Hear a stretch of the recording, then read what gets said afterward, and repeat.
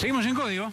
Está Andrés Malamud. ¿Estamos al aire? Estamos al aire, sí. Estamos, sí, sí. Gracias Andrés por acompañarnos. Hace 2 o 3 días que volvió de Lisboa el amigo. Bien. Vamos a mostrar la portada del libro que editó Capital Intelectual, recién salido. ¿Cuándo lo presentaste en la feria? Hoy. Hoy, a las 6:30. 6:30, hace un rato nada más. Se llama El oficio más antiguo del mundo, secretos, mentiras y bellezas de la política. Si a alguien de lo que está viendo este programa le interesa el tema de la política... Secretos, mentiras y bellezas de la política. ¿Qué hay de las tres cosas? ¿Qué es lo que abunda más? Está parejo. Está parejo. Bien. Bien. A ver, como estamos cerrando nuestro ciclo aniversario, un capricho que nos hemos dado en este mes entre abril y comienzo de mayo, te proponemos esto. Miremos en 1 minuto y medio 10 años de Argentina. 10 años de Argentina en 1 minuto y medio no entran, tampoco entra en la cabeza de la gente. 10 años. Vamos. 10 años de Argentina nos entran y en miramos varios un volúmenes. poquitito y tenemos un par de preguntas para hacerte sobre pasado, presente, futuro. A ver. Es un esquema de retenciones que van a estar vigentes para los próximos 4 años. Mi voto no es positivo.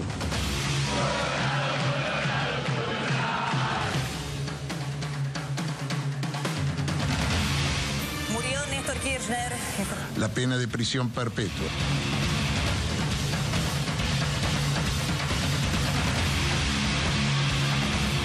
Él siempre soñó con recuperar YPF para el país. Habemus Papa. Estamos en el agua, en el medio del agua.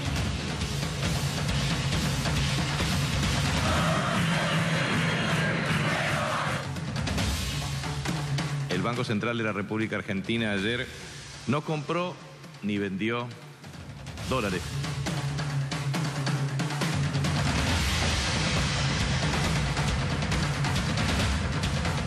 Confirmar oficialmente la muerte de Alberto Nisman. Habla La para señora todos. presidenta.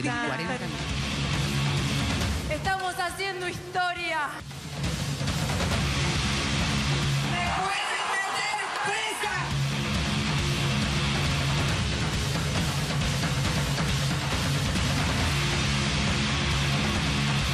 No nos alcanza para superar a nuestros adversarios.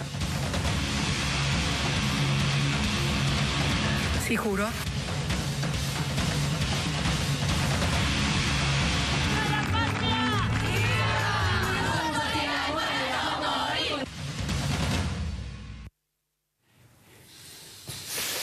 De todo, ¿eh? De ¿Cuántas todo. cosas faltan, eh? No, pero yo, a ver, bueno. mucho Cristina, está el Papa, aparece Macri, aparece Vidal, aparece Cambiemos. Andrés, ¿cuánto, si se puede mensurar, cuánto de este pasado, todo lo que pasó hasta ayer es pasado, cuánto de esto informa el presente y nos puede ayudar a dar alguna predicción sobre cómo sigue este país? Argentina es una montaña rusa. ¿Y ahora estamos? Ahora estamos para arriba. levemente en caída. Levemente en caída. La cuestión es que no sabemos cuál es el formato de la montaña rusa. Lo que sabemos es que vamos a subir y vamos a caer. No sabemos el loops adelante, no sabemos cuándo vamos a caer, cuándo vamos a subir. No conocemos el trazado de la montaña rusa, pero casi no quedan dudas de que estamos en este mecanismo y no sabemos cómo salir. Argentina tiene un problema con el futuro. Lo único que sabe es que va a repetir el pasado. Bueno, vámonos. ¿No? Pero es demasiado cierto para digerirlo. Es demasiado fácilmente, cierto. Hasta ahora, lo que cada gobierno, cada argentino, cada líder político intenta hacer es cortar con eso. Terminar con la montaña rusa y convertirlo en un tren que vaya derecho para adelante. Kirchner diciendo vamos a ser un país normal, Sí.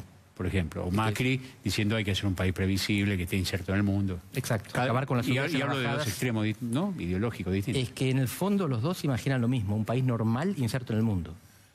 Se imaginaban. Sí, se imaginaban. Después hay perversiones en la ruta. Ahora, lo que yo digo, está bien, aquí tomamos el tramo por la arbitrariedad que nos caracteriza, el 2008, porque fue el momento nosotros. que empezó este programa, pero digo, si nos tiramos un poco para atrás, ¿desde cuándo la Argentina es una montaña rusa? 1930.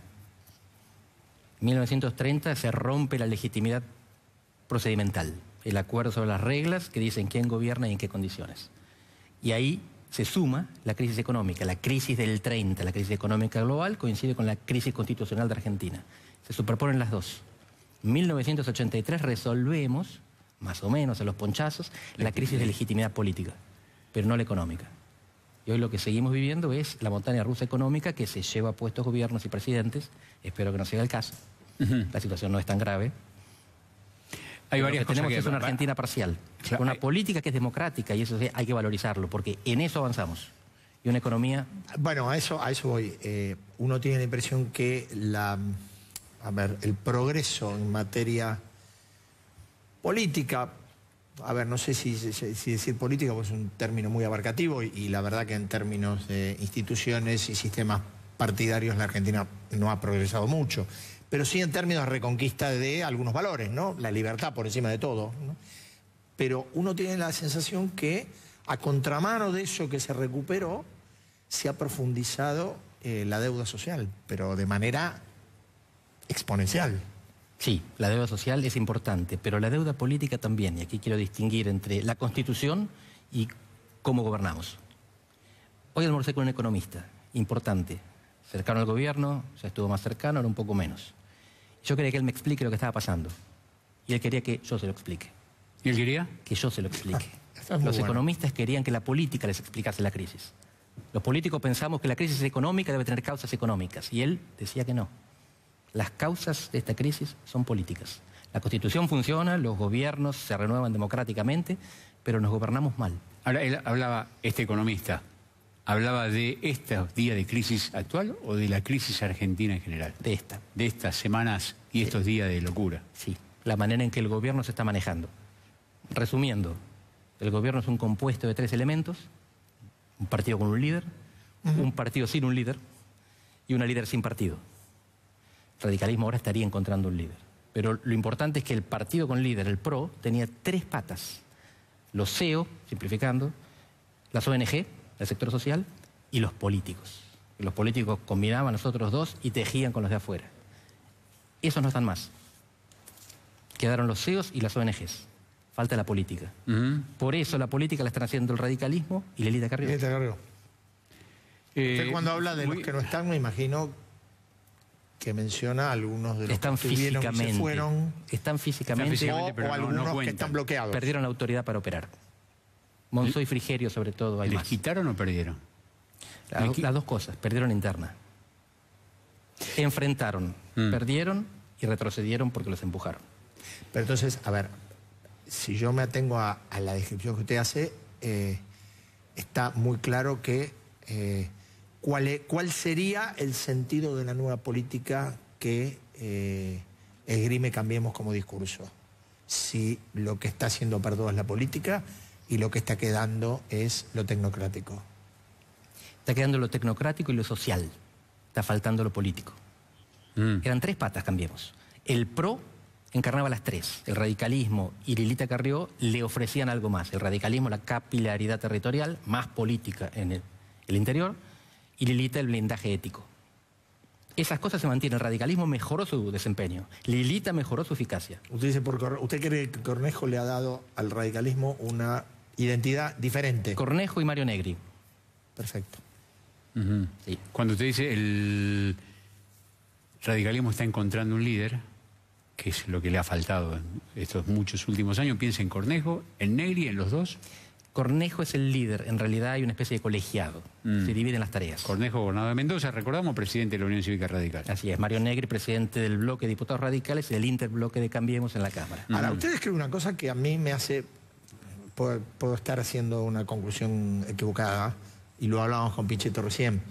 En verdad, la descripción que usted hace es la radiografía de la incomprensión de lo que significa una coalición como forma de gobierno.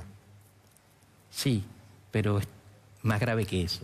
Por lo que estamos viendo es que no se entiende solamente cómo funciona la coalición, sino que tampoco se entiende cómo funcionan los acuerdos políticos con actores que no son de la coalición. Con el peronismo, con los gobernadores, con el Congreso. Pero, por ejemplo, ¿qué es lo que no está funcionando, que no se entiende cómo funcionan? Pichetto recién lo estaba pidiendo. Estaba pidiendo sensatez del gobierno porque están dispuestos a colaborar. No encuentran el espacio para colaborar. Los gobernadores tienen que tomar decisiones funcionales a los cambios económicos. El gobierno les está pidiendo eso, pero se lo está imponiendo. No hay negociaciones, no hay acuerdos. Falta te pido esto, pero te doy esto a cambio. Falta esa negociación. Los que están diciéndole a los gobernadores, los que están pidiendo al Congreso que vote ciertas cosas, están convencidos de que ellos tienen razón y de que es bueno para todos. Están convencidos, no lo hacen por maldad. No se puede ver, a ver, no se puede estar pagando el precio de algo que debió hacerse al comienzo del gobierno, y es buscar una plataforma política más permanente y no una negociación tema por tema para avanzar en estas, de cuestiones tan centrales como es, bueno, definamos una política energética, una política tarifaria. Hay gente que cree que sí, que hacían falta los grandes acuerdos, los acuerdos macro desde el inicio del gobierno. Yo no estoy convencido.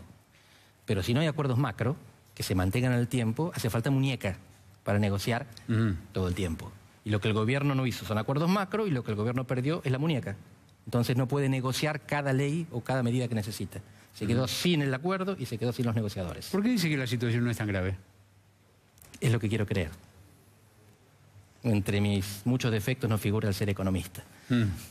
Pero sí el ser un hombre de fe, porque quiere creer eso. No, la situación es abismalmente mejor que en el 2001, porque la convertibilidad era un cepo del cual no se podía salir. La convertibilidad nos condenaba a la crisis. Ahora no estamos condenados a la crisis, y si la crisis llega igual, va a ser menos grave que aquello. En ese aspecto estamos bastante mejor. ¿Y es mejor que la del 2015? Está por verse eso. Pero lo que quiero recordar es que Cristina tuvo varias. Sí, sí. Y sobrevivió a la 2014, mayoría. Sí. Bueno, Sí, ¿verdad? en algún momento tuvo el 54% y tuvo siempre, aún derrotada, un respaldo, una base, La de base del respaldo Congreso. social muy importante. Sí, pero lo que más interesa es ver que ese 54 lo sacó después de la crisis con el campo y de la derrota de 2009. Sí, es cierto. Así que de la peor crisis del kirchnerismo volvieron con el 54%. No hace falta dramatizar cada vez que tropieza un gobierno. Al principio mencionó que hay algunas perversiones en el camino de la Argentina montaña rusa. Me gustó la palabra perversiones. ¿De qué hablaba? Algunos pueden pensar en la corrupción, eso es una cuestión importante, pero a mí me preocupa más el solipsismo, el aislarse en uno mismo y en dejar de recibir información. Me da la impresión de que el gobierno está pasando por una etapa solipsista. ¿Una etapa?